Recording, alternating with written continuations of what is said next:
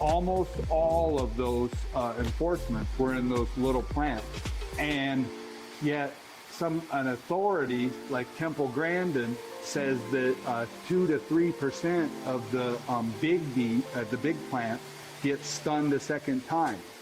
USDA had a policy paper that as long as the beef was on an automated conveyor, a second stun was no issue.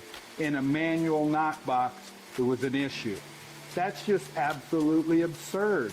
The little plant stuns an animal twice or the big plant stuns an animal twice. Both of them should figure out why they had to stun the animal twice and fix it. But why do you shut one down and not the other? And then why do right there in the paperwork you could see in the enforcement reports, if a big plant ever rarely got shut down, they were either opened back up the same day or the next morning, and the little plant would just languish in that suspension, and it could be 2 to 3 weeks before they're opened back up. That's just absolutely wrong. Yep. And part of our right. And part of our advocacy work, we actually got that changed. USDA still doesn't acknowledge that they ever had that policy, and they say that what they're doing now is what they always did. It's not what they're doing now, it's what they always did. They did actually change, which is a good thing, but it never should have been that way in the first place.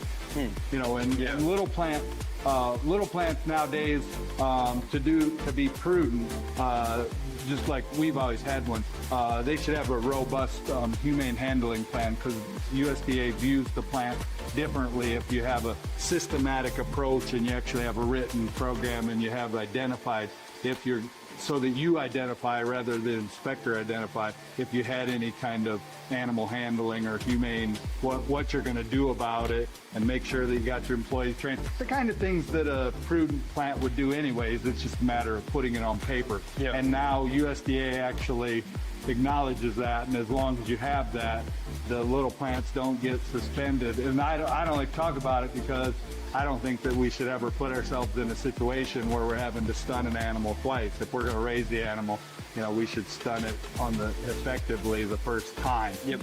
But USDA shouldn't put little plants in a whole different category than they put big plants. And, you know, those are a couple of the most egregious examples, but there's whole bunches of other, you know, and a lot of it ends up being, you know, the little plants just don't have the time and the resources. And that's exactly why the powers that be do that, because they're so powerless. Right. It's so easy to make them a scapegoat for everything. Right. And that's where I always argue, and it wouldn't benefit us at all, but I still argue and advocate for it. Those state-inspected programs, the Talmadge-Akins program, and the cooperative inspected state program, they should expand those programs significantly, because little plants have a much better time dealing with state government bureaucracies than they do dealing with the monster of the federal bureaucracy. There's just too much politics and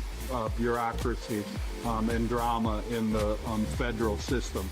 And that just leads itself to, you know, those huge corporations having the ability to deal with that, and little plants not having the ability to deal with it.